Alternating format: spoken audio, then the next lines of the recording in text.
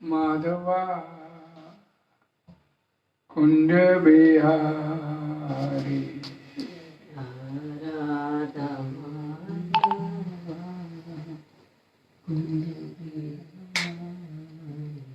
जय राधा माधवा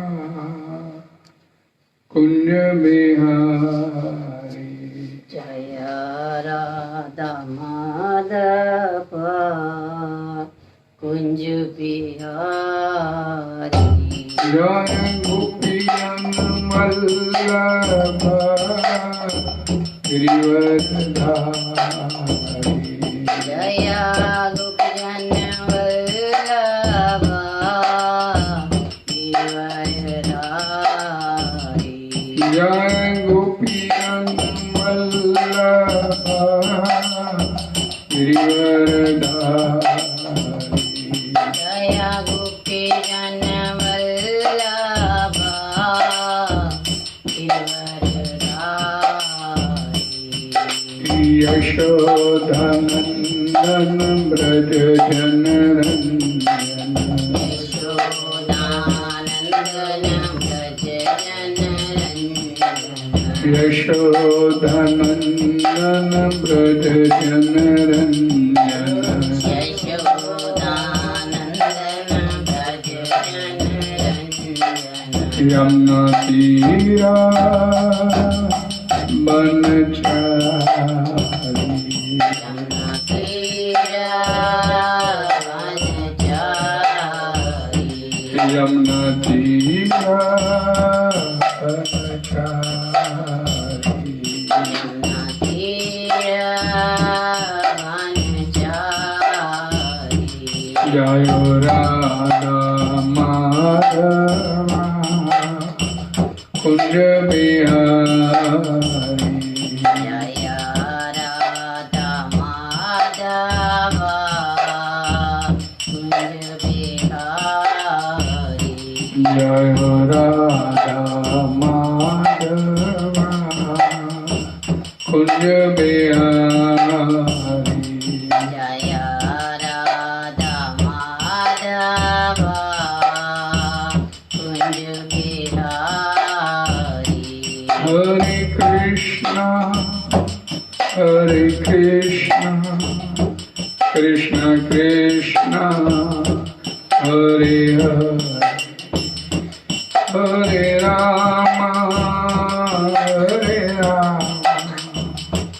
राम राम हरे हरे हरे कृष्णा कृष्ण कृष्ण हरे हरे हरे राम राम राम हरे हरे हरे कृष्णा कृष्ण कृष्ण हरे हरे हरे राम राम राम हरे हरे हरे कृष्णा कृष्ण कृष्ण हरे हरे हरे राम राम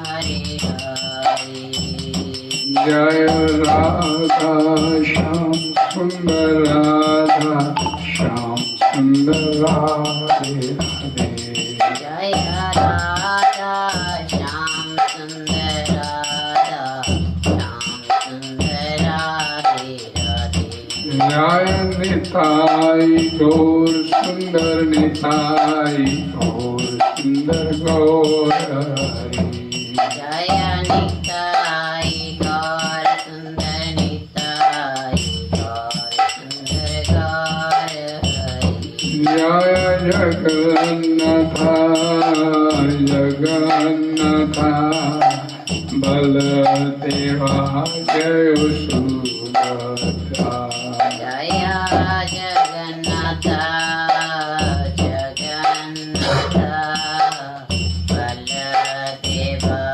जय सुभद्रा निताई गौर हरि बोल हरि बोल हरि बोल हरि बोल हरि बोल हरि बोल निताई गौर हरि बोल हरि बोल हरि बोल हरि बोल जय जय प्रभुपाद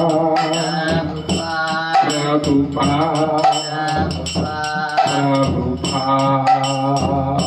प्रभुपाद जय जय प्रभुपाद प्रभुपाद प्रभुपाद जय प्रभुपादाय प्रभुपादाय जगत गुरु शिला प्रभुपादाय जय प्रभुपादाय प्रभुपादाय जगद्गुरु शिला प्रभुपादाय हरि नाम संकीर्तन की जय।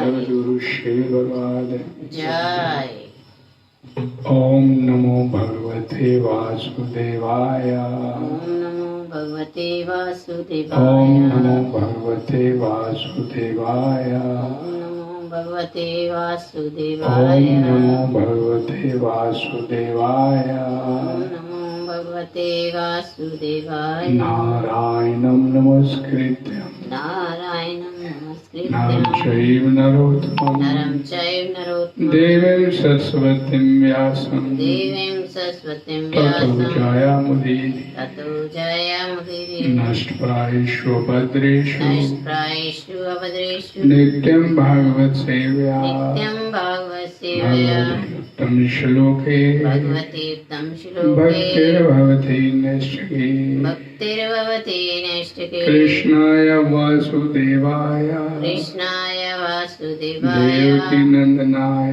च देवकी नंदनाय च नन्दगोपकुमाराय नंदगोपकुमाराय गोविन्दाय नमो नमः गोविंदाय नमो नमः हरे कृष्णा। हरे आज दिन शुक्रवार संध्या समय भगवत गीता की क्लास में आप सभी का स्वागत है और आप सभी का बहुत बहुत धन्यवाद।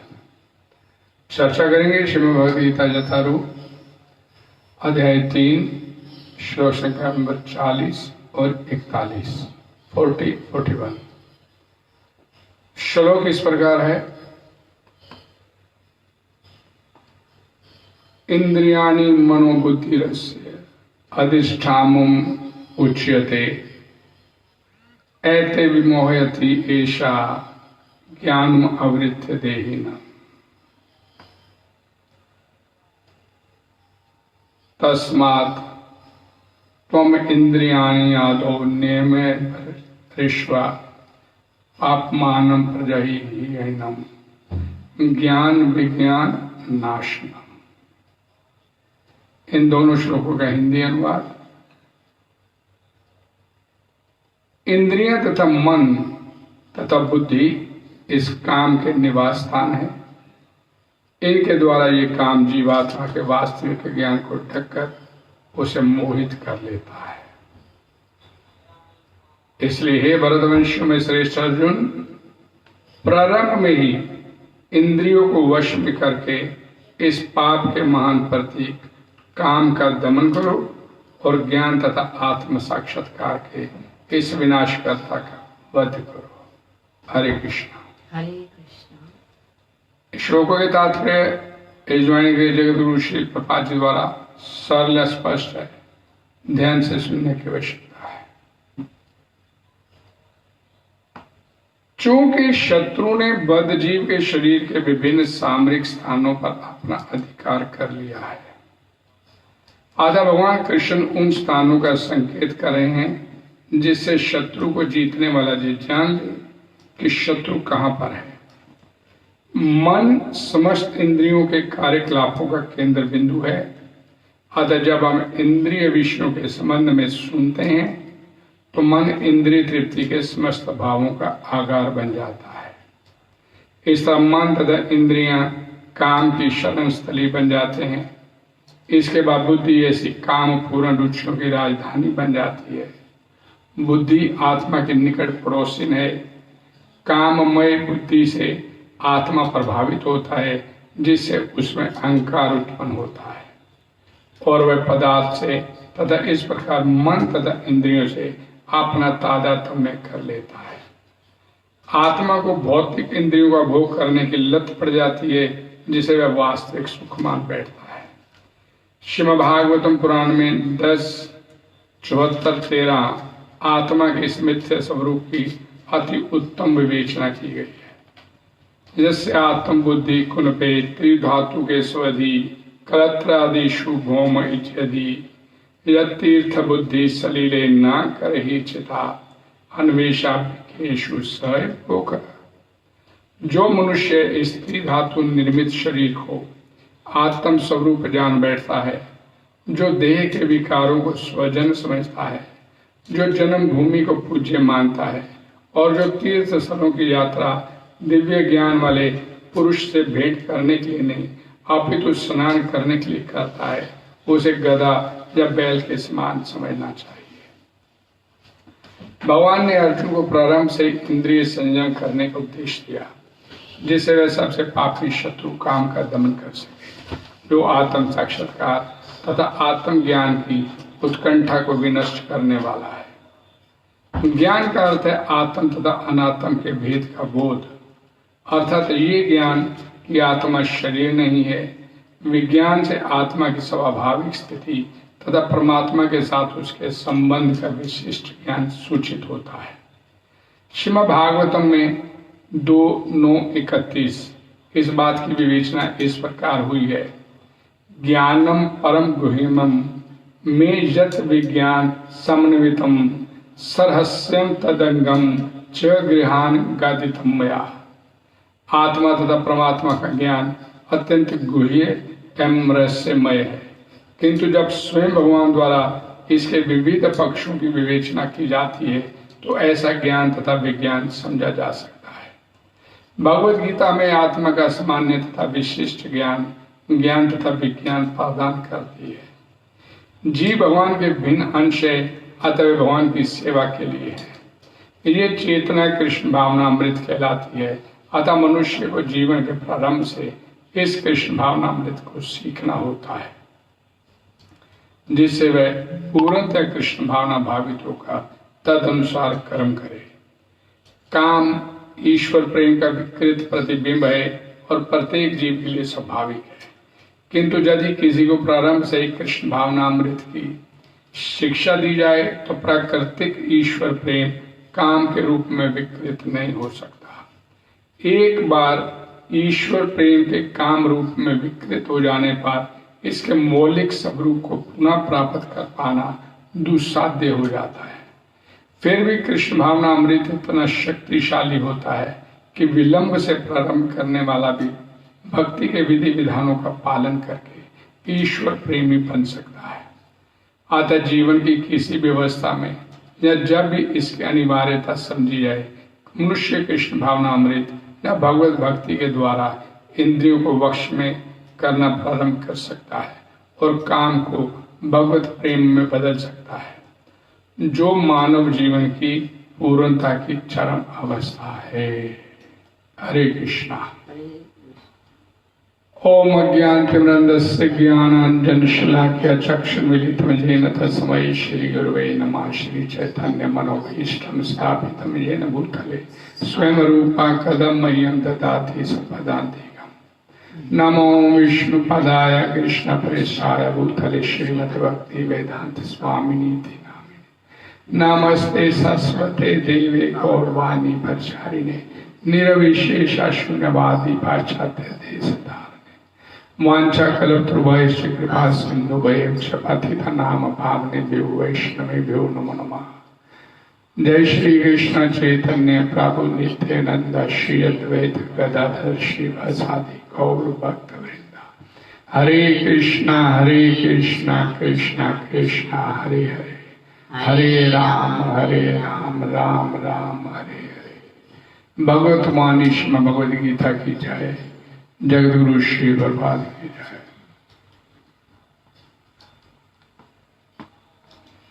हमने पीछे पढ़ा था कल, अतकेन प्रयुक्तोयम पापम शस्ति पुरुषा अनिच्छेन अभिवासने बलादिवा नियोजिता।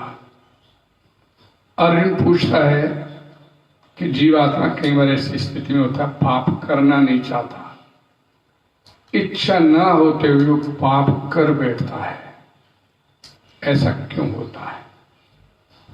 कौन है जो उसे जबरदस्ती उसे पाप करवाता है? तो भगवान श्री कृष्ण उसका उत्तर देते हैं, कामेशा क्रोधेशा रजोगुण समद्भवा महाशनो महापापमा विधि एनम इवैरिनम। भगवान बोलते हैं कि ये काम और काम से उत्पन्न क्रोध, ये जीवात्मा के महापापी महाभयंकर शत्रु हैं, जो भोगने की वृत्ति रजोगुण समद्भवा, काम की उत्पत्ति भोगने की वृत्ति से, भोग और संग्रह करने को ही काम बोला गया। और भगवान श्री कृष्ण बोलते हैं कि ये काम है जो वस्तुतः पाप करवाता है, ये पाप की जड़ में है। तो अब यहां पर भगवान श्री कृष्ण बोलते हैं काम रहता कहां शरीर में, उसका रहने का ठिकाना क्या है, ये बता रहे हैं भगवान इस श्लोक में। इंद्रियाणि मनोबुद्धिरस्य अधिष्ठानम उच्यते। इसके रहने के स्थान, इस काम के, ये काम वासना, काम कामना, तृष्णा, इसके रहने के स्थान कहाँ है? तो यहां पर भगवान ये बता रहे हैं कि ये इंद्रियां, मन तथा बुद्धि इस काम के निवास स्थान है। और इस 40वें श्लोक में बोलते हैं कि ये काम ही है जो जीवात्मा के वास्तविक विवेक शक्ति को भी ढक लेता है और उसे मोहित कर लेता है। मोहित मतलब बेहोश हो जाना, अपने होश में नहीं रहना, और फिर वैसे ऐसे काम कर डालता है जीवात्मा जो उसे नहीं करने चाहिए। विवेक शक्ति उसकी वो काम द्वारा ढक ली जाती है।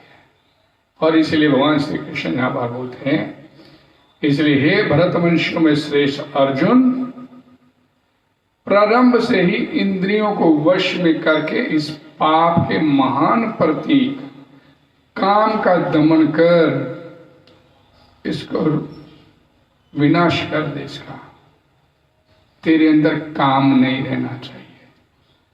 और क्योंकि यही काम है जो ज्ञान तथा आत्म साक्षात्कार के इस विनाशकर्ता का वध कर, यही तेरे को सेल्फ रियलाइजेशन, आध्यात्मिक उन्नति में तेरा ये सबसे बड़ा पातक है। और ये रहता कहाँ है? ये भगवान श्री कृष्ण यहाँ पर बताते हैं कि इंद्रियां, मन, बुद्धि। और प्रभुपाद जी क्या लिखते हैं कि पहले इंद्रियों के द्वारा, भगवद गीता में भगवान श्री कृष्ण पहले बोल दिया, हमने इसकी चर्चा किया था। ध्यायतो विषयान पुंसाम संगतेषु उपजायते संगात संजायते कामा कामात क्रोध विजायते। भगवान ने पहले ये स्पष्ट किया था कि इंद्रियों के द्वारा जब हम किसी विशेष विषय वस्तु का ध्यान करते हैं, जैसे अजामिल ने किया, एक वैश्य को उसने एक शूद्र के साथ वन में संभोग करते देख लिया, तो उसका जो इंद्रियां, उसकी मन उस विषय विशेष वस्तु का अर्थात उस वैश्य के बारे में लगातार निरंतर ध्यान करने लगा। और निरंतर ध्यान करने से ध्याय तो विषयानुपंसा, निरंतर ध्यान करने संग तेषु बजाए थे, उस विषय वस्तु के प्रति उसमें आसक्ति उत्पन्न हो जाती है। और वो आसक्ति संगात संजायते कामा, वो जो आसक्ति है उसी से फिर कामना का जन्म होता है, कामना पैदा होती है उस विषय विशेष वस्तु को प्राप्त करने की।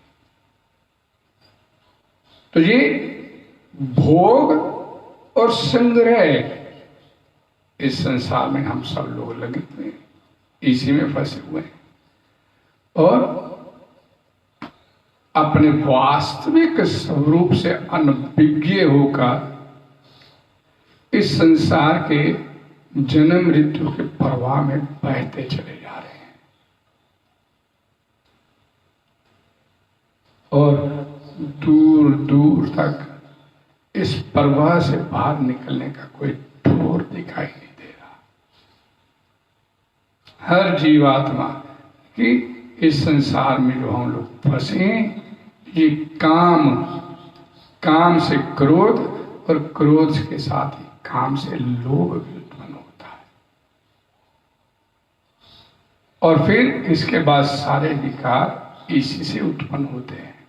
काम, क्रोध, लोभ, मोह, मद, मत्सर सब इसी से उत्पन्न होते हैं। और जहां पर भगवान श्री कृष्ण बोलते हैं कि इनका दमन कर, इस काम का दमन कर, कामेशा क्रोधेशा, ये दोनों ही महाशनो महापाप मां। और आगे जाके भगवान ने इसके साथ लोभ को भी जोड़ा। त्रिविधम निर्कस्यम इदम द्वारम नाशनम आत्मना, काम, क्रोध तथा लोभ, तस्मात् एतत् त्रयम् त्यजेत। ये इन तीनों का तत्काल परित्याग कर, इनसे पीछा छुड़ा, इनसे पीछा छुड़ा। और यहां पर भगवान श्री कृष्ण ये बताया कि तेरा छुटकारा कैसे हो सकता है, और प्रभुपाद जी ने इसके आगे विधि बताई। विधि क्या है? ईश्वर प्रेम। हम इस संसार में हम सब लोग प्रेम करते हैं। हमारा जो ईश्वर प्रेम है, ये जो सिर्फ भगवान कृष्ण के साथ जो प्रेम होना चाहिए था, इस संसार में आने के बाद, काम के वशीभूत हो जाने के बाद, शरीर के संपर्क में आने के बाद, काम के वशीभूत हुए, तो हमारा ये जो प्रेम है विभिन्न विभिन्न अंशों में बढ़ता चला गया। माता के साथ प्रेम, पिता के साथ प्रेम, पत्नी के साथ प्रेम, पति के साथ प्रेम, भाई के साथ प्रेम, बहन के साथ प्रेम बढ़ता चला गया। जबकि ये प्रेम जो था सिर्फ और सिर्फ भगवान श्री कृष्ण के साथ होने से आपको अंदर से एक तृप्ति, एक सुख, एक आनंद की अनुभूति होती।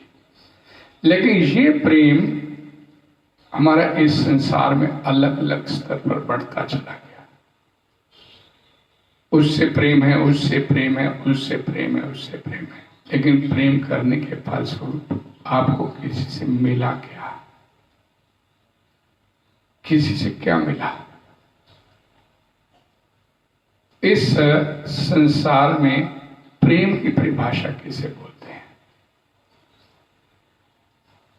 प्रेम और प्रेम की परिभाषा जिससे प्रेम किया जाए, प्रेमास्पद जिसे प्रेम किया जाए, उसको मैं कैसे आनंद दे सकूं, उसको मैं कैसे आनंद दे सकूं। और इस संसार में प्रेम की परिभाषा, ये तो आध्यात्मिक परिभाषा मैंने बोली। गोपियों ने किया प्रेम, गोपियों ने भगवान कृष्ण से प्रेम किया, तो भगवान यहां कहीं भी रहे, कहीं भी रहे, हमें कोई इससे फर्क नहीं पड़ता। यहां कहीं भी रहे, सुख से रहे, आनंद से रहे, क्योंकि भगवान कृष्ण का आनंद ही उनके जीवन का गंतव्य है, मंतव्य है। अर्थात ये आध्यात्मिक प्रेम की परिभाषा कि प्रेमास्पद को कैसे आनंद मिले, भगवान कैसे आनंदित हो जाए। और भगवान आपको रेसिप्रोकेट करते हैं प्रेम। आप भगवान से प्रेम करते हैं तो भगवान भी आपसे प्रेम करते हैं कि जीव मेरा जो भक्त है ये कैसे सुख में आ जाए, उसके लिए भगवान प्रयास करते हैं। मत्सिता मतगत प्राणा बोधयन्ते परस्परम कथयन्ते माम नित्यम तुष्यन्ति च रमन्ति च। भगवान बोलते हैं भगवद गीता में, मेरा भक्त आनंद में और संतोष में जीवन बिताता है, मेरी भक्ति करता है।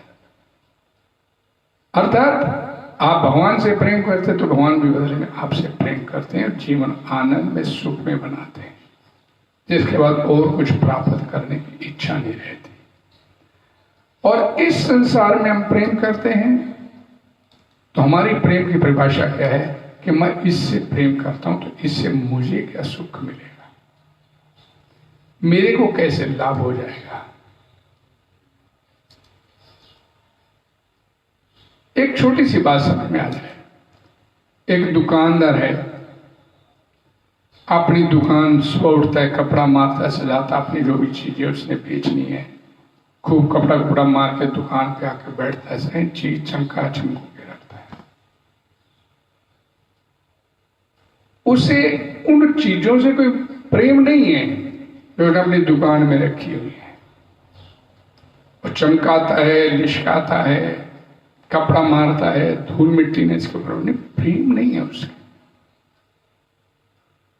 उस वस्तुओं के बदले में जो उसे धन प्राप्त होना है उससे उसको प्रेम है,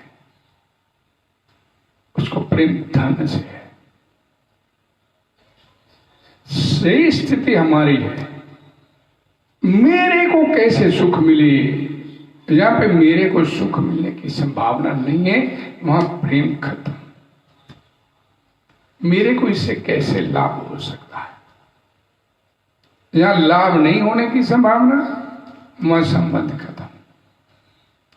किसी मिनिस्टर से, किसी एमएलए से, किसी प्रभावशाली व्यक्ति से हम मित्रता रखते हैं कि भाई ये आड़े लगाए कभी काम आ जाएगा, इसलिए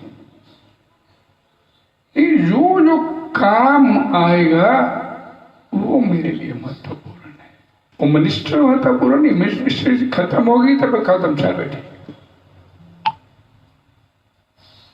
तो जब प्रेम की जो परिभाषा है इस संसार में कि इस संसार में मेरे को कैसे आनंद मिले, मेरे को कैसे सुख मिले, मेरा कैसे कोई पर्पज हल हो सकता है, इसे हम लोग बोलते हैं प्रेम। पत्नी जब तक आज्ञाकारी है तब तक बोलते हैं मैं इससे प्रेम, ये मेरे से प्रेम करती। यहां पत्नी अवज्ञाकारी हुई, चल भाई रास्ता नाप और मिल जाएगी। इस संसार की स्थिति है, प्रेम बटा हुआ है इस आधार पर कि मेरे को कैसे सुख आनंद मिल सकता है। काम ये क्या, ध्याय तो विषयान पुंसाम संगतेषु उपजायते संगात संजायते कामा कामात क्रोध विजायते। काम और क्रोध ये दो, लेकिन क्रोध काम से ही उत्पन्न होता है। आपकी कामना आपूर्ति में बाधा हुई तो उससे क्रोध उत्पन्न होता है। यहां पर बोला गया प्रभुपाद जी द्वारा, एक बार ईश्वर प्रेम के काम रूप में विकृत हो जाने पर इसके मौलिक स्वरूप को पुनः प्राप्त कर पाना दुस्साध्य हो जाता है।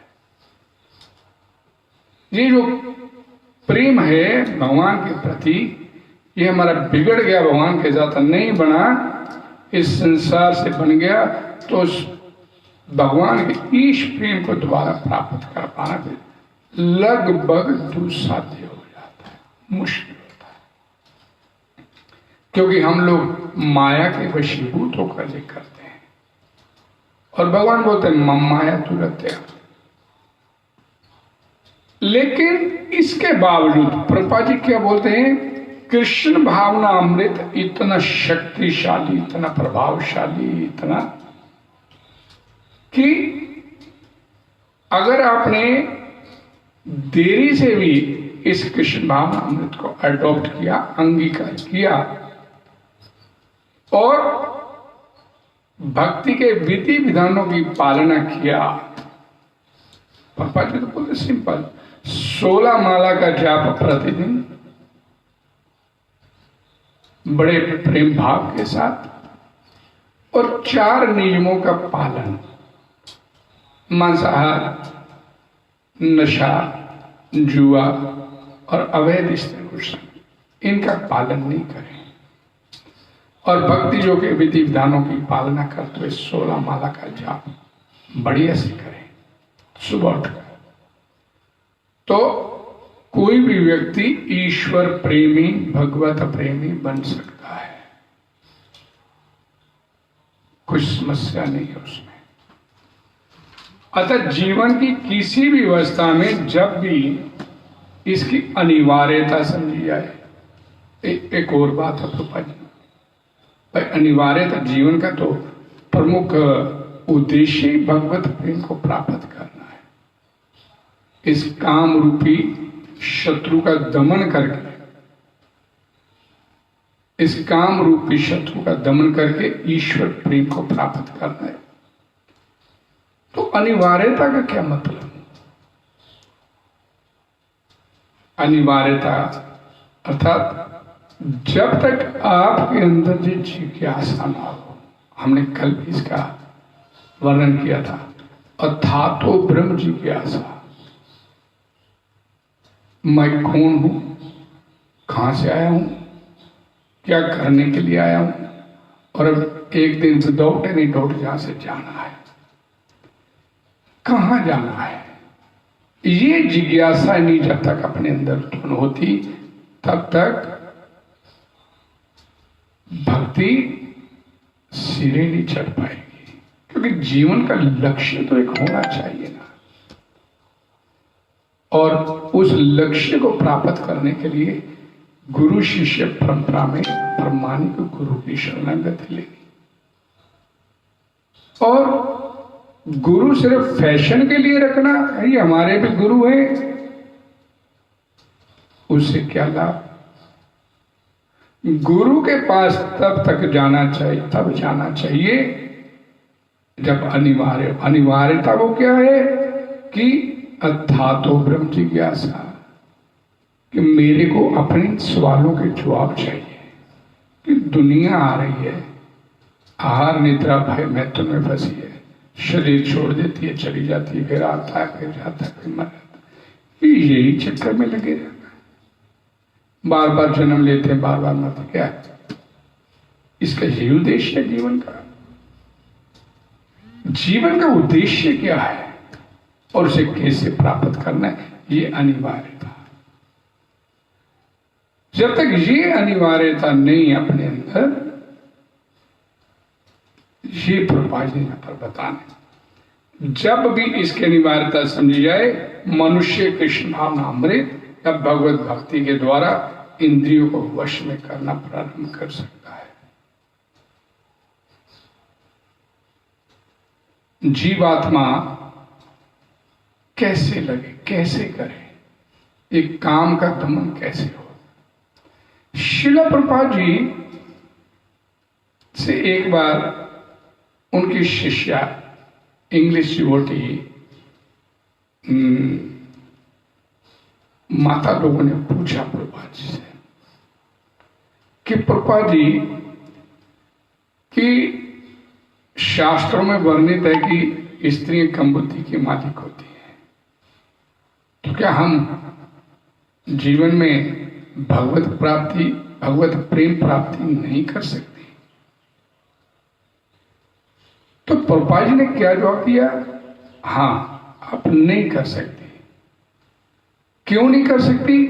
क्योंकि जब तक आप अपने आप को स्त्री मान के चलेंगी कि मैं तो स्त्री हूं, मैं तो प्राप्त नहीं कर सकती भगवत प्रेम। भगवत प्रेम नहीं मेरे को मिल सकता।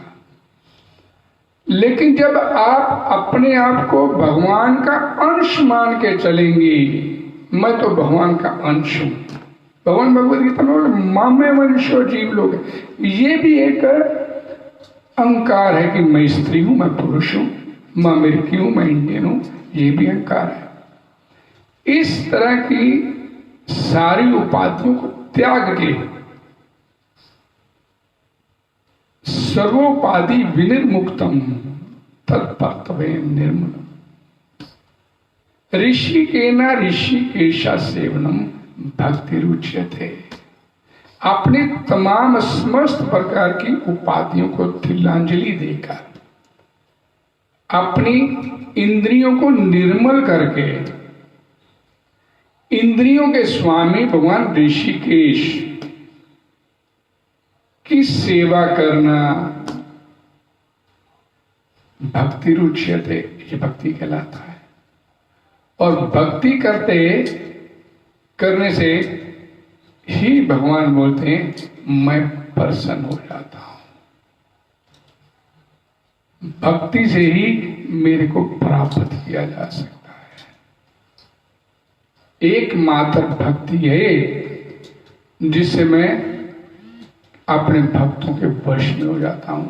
अहम भक्त अपराधीनो, भगवत विष्णु भागवतम पुराण में भगवान बोलते हैं ही स्वतंत्र विजया साधु विग्रस्त हृदय भक्ता भक्त जन प्रिय। अब इससे स्पष्ट भगवान और क्या कह सकते हैं? शिला प्रभुपाद से पूछा गया कि भगवत प्राप्ति, भगवत प्रेम की प्राप्ति कैसे हो सकती है? तो शिला प्रभुपाद ने जवाब दिया कि उत्कट इच्छा जिस दिन तुम्हारे अंदर उत्पन्न हो जाएगी, उस दिन भगवत प्राप्ति होने में देर नहीं। कोई आपको भगवत प्राप्ति से रोक ही नहीं सकता। भगवत प्रेम आपके अंदर आ जाएगा। ये भगवत प्रेम आपके अंदर है, ये बाहर से नहीं लेना। ये जो भगवत प्रेम है, हम भगवान के अंश हैं, ये स्वाभाविक के अंदर उसके प्रति हमारे अंदर प्रेम होना। लेकिन जब हम इस शरीर के, इस संसार के संपर्क में आए तो हमने उसके प्रभाव में आ गए, माया के प्रभाव में आ गए। और ये जो ईश्वर प्रेम था, ईश प्रेम था, ये हमारा बट के भौतिक संसार में विभाजित हो गया, अलग अलग रिश्तों में चला गया। ईश्वर प्रेम अंदर सुप्त अवस्था में पड़ा है, उसके साथ जो संबंध हमारा है वो एक सुप्त अवस्था में पड़ा, सोया पड़ा है। उस संबंध को जगाना है। और संबंध कैसे जागेगा? यहां प्रभुपाद जी बोलते हैं कृष्ण भावना में से, भक्ति जो के विभिन्न विधि विधानों की पालना करने से, भक्ति जो के विधि विधानों की पालना करने से, मय्येव मनोदत्स्वा मय्यम बुद्धिम च निवेशया, अपना मन मेरे में लगा, बुद्धि मेरे में लगा, भगवान बोलते हैं। और फिर क्या बोलते हैं? अर्थचितम समधातुम न शक्नोषि मयि स्तरम, तेरा मन तेरा बुद्धि मेरे ऊपर नहीं ठहरता, तू क्या कर, भक्ति योग के विधि विधानों की पालना कर। अभ्यास योगेन ततो माम इच्छामाप्तुम धनंजय। हे धनंजय, तेरा मन मेरे ऊपर नहीं टिकता, तेरा मन ध्यान में नहीं लगता मेरे साथ, कोई बात नहीं। तू क्या कर, जहां प्रभुपाद जी बोलते हैं यहां पर कि भगवत भक्ति के द्वारा इंद्रियों को वश में कर। भगवत भक्ति जो के विधि विधानों की पालना कर। अब भक्ति जो के विधि विधान क्या है? तो भगवत गीता के 12वें अध्याय के इस 8वें नंबर श्लोक में भगवान बोलते हैं भक्ति जो के विधि विधान। मंगल आरती करना भगवान के लिए, भगवान का अभिषेक करना, भगवान का श्रृंगार करना, भगवान के मंदिर को झाड़ना बुहारना करना, भगवान के लिए फूल चुन के लाना, भगवान के लिए माला बनाना, भगवान को भोग लगाना, भगवान के लिए भोग तैयार करना, ये कतिपय कुछ भक्ति योग के विधि विधान है। और प्रभुपाद जी बोलते हैं इन भक्ति योग के विधि विधानों के अभ्यास योग तत्व भगवान बोलते हैं माम इच्छा माप तुम धनंजय, मेरे को प्राप्त करने की इच्छा कर। इससे क्या होगा? अंदर जो तेरा अंदर मेरे प्रति प्रेम है, जो सुप्त अवस्था में पड़ा है, वो जाग जाएगा। जो इस संसार में तेरा जो प्रेम विभाजित होकर पड़ा है, इधर इधर के संबंधों में, संसारिक संबंधों में विभाजित हुआ पड़ा है, जी जाग जाएगा। और जैसे ही ये जाग जाएगा, हमारा काम हो जाएगा। जीवात्मा इस संसार में भगवान की तरफ कब चलता है? पहली बात तो चलता ही चलना उसे बोलते हैं जो मनोयोग के साथ चले, क्योंकि मन ये संसारिक है, ये आपको संसार की तरफ लेके जाता है। सत्संग में बैठे भी होते हैं तो बैठे हुए भी नहीं बैठे होते, क्योंकि बैठे संसार सत्संग में है, लेकिन मन संसार में विचरण करता है। तो कब आता है भगवान की तरफ चलता है जीवात्मा? जब इसके सिर के ऊपर कोई आफत आती है, जब कोई विपत्ति आती है, गंभीर समस्या आ जाती है जीवन में, तब ये भगवान की तरफ देखता है। भगवद गीता में बोलते हैं कि 4 प्रकार के लोग मेरी शरण में आते हैं, वैसे नहीं आएंगे। 4 प्रकार के लोग, आर्थ, जीवन में कोई दुख आ गया तो भगवान की तरफ देखते, वो भी देखते नहीं है। कलयुग इतना भयानक होता चला जा रहा है। अब देखिए ना कि कोरोना महामारी चल रही है इस समय, लेकिन जिन्होंने भजन करना है उनके लिए कोई महामारी नहीं। अपने घर में बैठे भगवान का भजन करते हैं, प्रेम भाव से अपने घर में बैठ के भगवान का भजन करते। भक्तों के लिए कोई महामारी नहीं। और ये भौतिक व्यक्ति भी जानता है कि घर के अंदर बैठे हैं, स्टे सेफ, बोलते नहीं, बड़ी ये संसारिक बात चल रही है, स्टे होम स्टे सेफ। तो भगवान का भजन कर रहे हैं तो आपको वैसे कोई संकट नहीं है, भगवान रक्षा करेंगे। लेकिन इतनी बड़ी महामारी के बावजूद भी भजन कितने हम लोग कितना भजन कर रहे हैं, ये सभी को अपना अपना पता है। थोड़ी थोड़ी देर बाद मोबाइल जरूर देखते हैं, कितने केस अपने शहर में आ गए, कितने हो गए, वहां कितने हो गए, यहां कितने हो गए। अरे आप अपने घर में बैठे हो, भगवान का भजन कर रहे हो, तो आपका तो इधर ध्यान ही नहीं होना चाहिए। लेकिन हमारा ध्यान ही इसी में रहता है कि भजन करते हुए, सत्संग में बैठे हुए सत्संग में नहीं होते।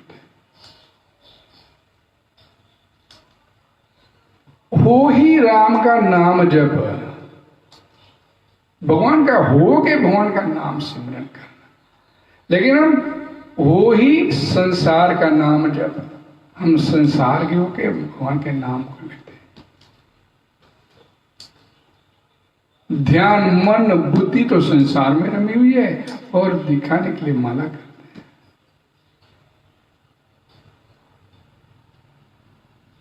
हैं। ये समस्या हो ही राम का नाम जप तुलसी को समाज बिगड़ी जन्म अनेक की सुधरे अबहु आज। ये भक्तों के लिए वरदान है कोरोना जो भगवान ने घर में बिठा दिया, भगवान का भजन करो। बड़ी एक सुंदर लाइन आई थी कि संसारिक बातें हैं कि कोरोना ने सारे मंदिर बंद करा दिए, लेकिन भगवान कृष्ण घर घर में मंदिर बनवाना चाहते हैं और हम घर घर में मंदिर बनाना नहीं चाहते। हमें तो कोरोना का मंदिर बना के बैठे हैं, थोड़ी थोड़ी देर बाद पूछते क्या हो रहा है, कितना भाई। जब आफत आती है, स्वयं के ऊपर आफत आती है, तब हम भगवान की तरफ देखते हैं। क्या बोला गया? जब जीवात्मा की वृत्ति संसार से हटती है और संसार से हटते ही भीतर प्रकाश हो जाता है कि भगवान कृष्ण को आपने बिठा लिया तो कृष्ण सूर्य सम माया है अंधकार। और फिर आफत आ गई तो संसार में अंधेरा लगने लगता है। ये क्या हो गया, ये कैसे हो गया, अब क्या होगा। और इसी में क्या बोलते हैं, डर से भय से भगवान की ओर देखते हैं। एक इसमें वर्णन आता है इसमें भागवतम पुराण में गजेंद्र मोक्ष का। कसने शो बलिनो अंत खोरगात प्रचंड वेगात अभिधवान तो विषम कश्चनेशो। इसका मतलब क्या? गजेंद्र ने भगवान के स्वरूप का ध्यान नहीं किया। जब वो विपत्ति में आया, घड़ियाल ने पैर पकड़ लिया तो उसे अपने पूरे परिवार के ऊपर विश्वास था, ये परिवार मेरी रक्षा करेगा, और आशा भरी नजरों से अपने परिवार के, अपने हाथियों के, अपनी हथनियों की तरफ देखता है। इतना बड़ा परिवार उसकी रक्षा करने में समर्थ नहीं है। धीरे धीरे एक एक करके सब उसके परिवार के सदस्य उसको उस मृत्यु की चंगल में जो संघर्ष कर रहा था, जीवन मृत्यु के भी, उसको छोड़ के चले गए। अब उसके पास एक ही रास्ता रह गया था। यहां पर बड़ा सुंदर वर्णन आता है इसमें भागवतम। जब डूबने लगा तो उसने अनन्यता से भगवान श्री कृष्ण को, भगवान श्री हरि को याद किया और दुखी स्वर में उसे पुकारने लगा। प्राग जन्मन्य अनुशिक्षितम, पहले जन्म में शिक्षा पाया हुआ स्तोत्र था, उसको इतना याद आया कि कोई एक परमात्मा है जो सबका मालिक है और विपत्ति में भी पुकारा जाता तो वो रक्षा करता है। अर्थात उसे भगवान के हरि के स्वरूप का ध्यान नहीं किया। वो सगुण है, निर्गुण है, साकार है, निराकार है, धनुषधारी है, वंशीधारी है, चक्रधारी है, चतुर्भुजधारी है, कैसा है वो भगवान उसे नहीं मालूम। लेकिन उसने कोई एक ईश्वर है जो सबका मालिक है, जो विपत्ति पे आने में बलिनो अंत कोरगात, महान बलवान अंत के, मानो सांप खाने को दौड़ रहे, मौत उसके पीछे लगी है। ऐसे प्रचंड वेगात, मौत का बड़ा भारी प्रचंड वेग है। पर पन्नम यध्यात परिपाती, भगवान श्री हरि की शरण में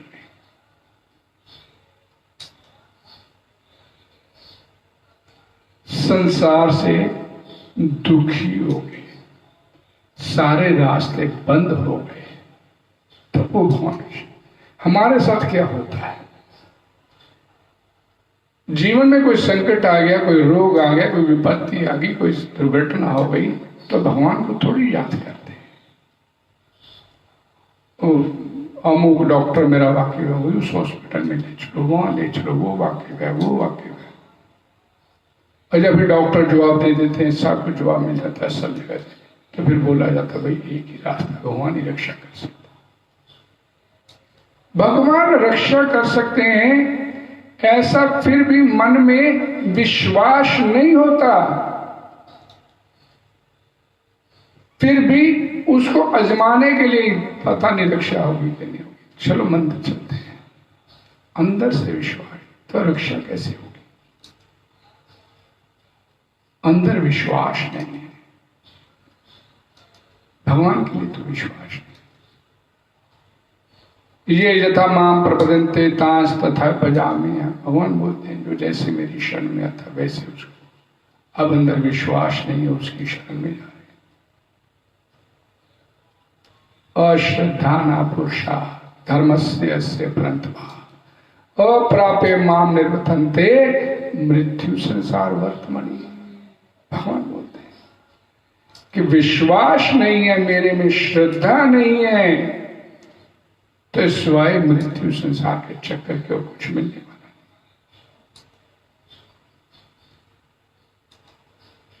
नहीं। ये हमारी स्थिति है। भगवान प्रकट होके उसका दुख दूर करते हैं जब अंदर से पूरी तरह उसके ऊपर निर्भर हो जाए। अब इसका और कोई सहारा नहीं है, अब इसका और कोई सहारा नहीं है, इसलिए इसकी रक्षा करनी है। कृष्ण भावना अमृत का अर्थ क्या है कि भगवान किसी भी परिस्थिति में क्यों अवश्य रक्षती थी मां, अवश्य रक्षती थी मां, मेरी अवश्य मेरी रक्षा करेंगे। ये विश्वास नहीं है, ये विश्वास नहीं तो काम कैसे हो?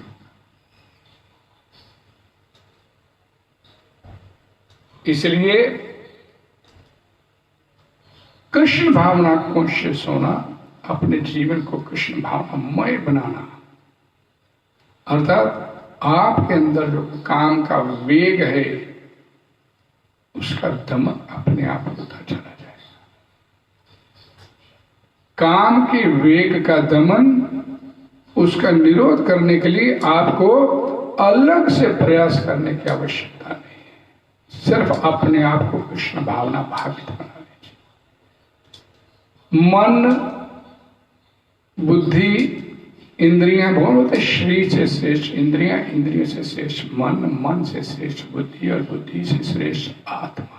आत्मा सर्वोपरि श्रेष्ठ आत्मा, और बुद्धि तो जहां प्रभुपाद जी बोलते हैं उसकी निकटतम पड़ोस है। मन नहीं चलता, लेकिन मन को मार के बैठ गए तो बुद्धि तर्क वितर्क करना शुरू कर दी। अरे सत्संग में 1 घंटे से बैठे, अब तो उठ गया, और काम बहुत बड़े हैं संसार के, कितनी देर बैठेगा जहां पे, चल नहीं उठता। बुद्धि का कहना नहीं माना हमने, बुद्धि तर्क वितर्क करेगी। अरे वहां समय पे नहीं पहुंचा तो इतने का नुकसान हो जाएगा,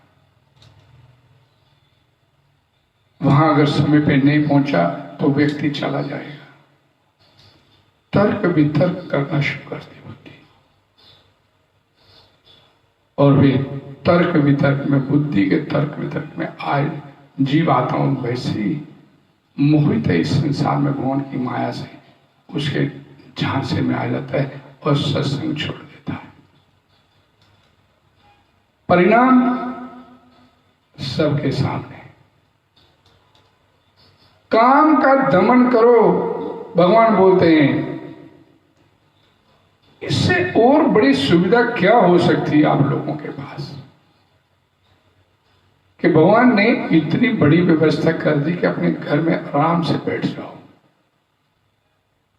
उसका भजन करो। अरे काम धंधा नहीं करेंगे तो खाएंगे कैसे? अपने ऊपर, अपने आप को भगवान के साथ तादात्म्य करना, मैं नहीं मैं नहीं तो बड़ी समस्या खड़ी हो जाएगी।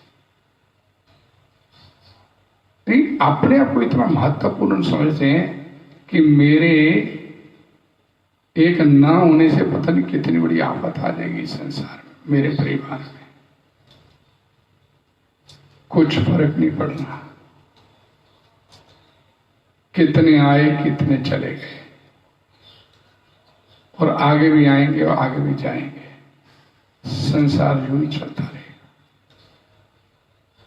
लेकिन हमने माया के वशीभूत होकर अपने आप को इतना महत्वपूर्ण बना लिया कि ये अपने बिना सोचते नहीं कि ये संसार चलेगा। अपने को इतना महत्वपूर्ण, अपने को इतना महत्व दे दिया।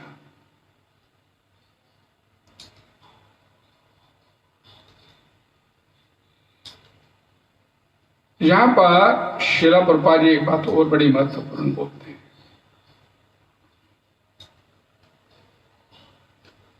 काम ईश्वर प्रेम का विकृत प्रतिबिंब है, और काम प्रत्येक जीव के लिए स्वाभाविक है।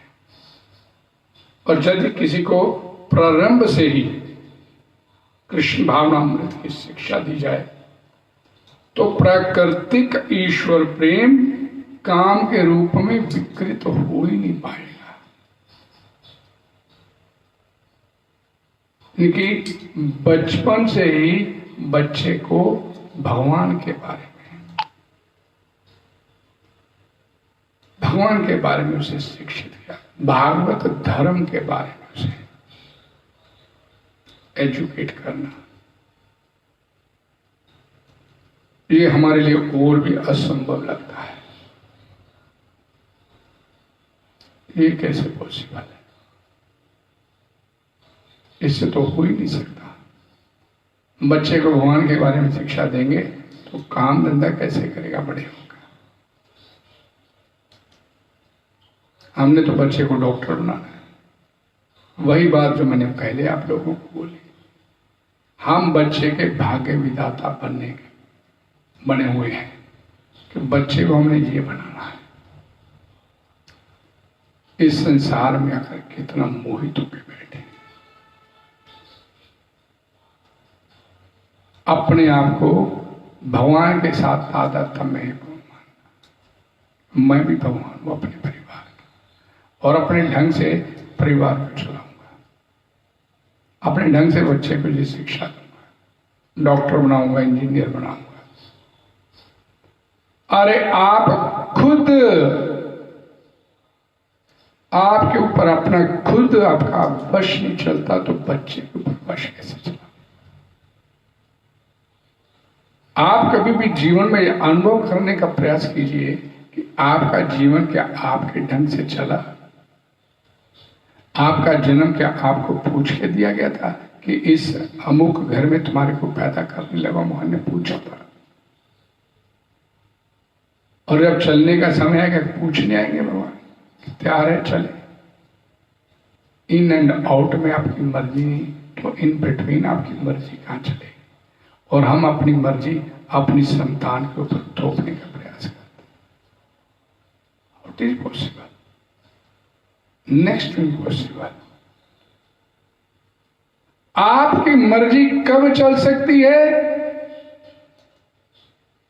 जब भगवान बोलते हैं अहम भक्त अपराधीनो, भक्त बनने की दशा में भगवान अपने भक्तों के अधीन हो जाते हैं। जैसा भी भक्त चाहते हैं वैसा भगवान करते हैं,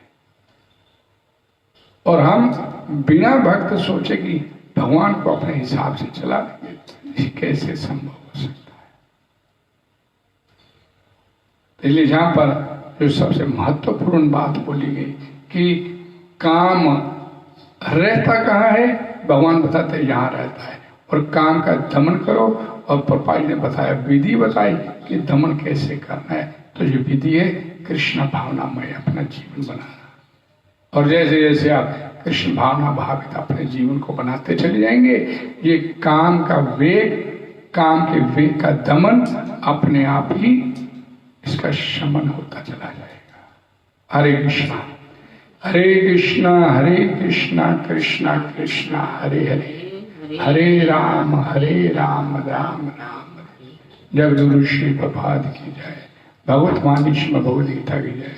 कल फिर इसी जगह संध्या समय 5 बजे आप सभी का बहुत बहुत धन्यवाद।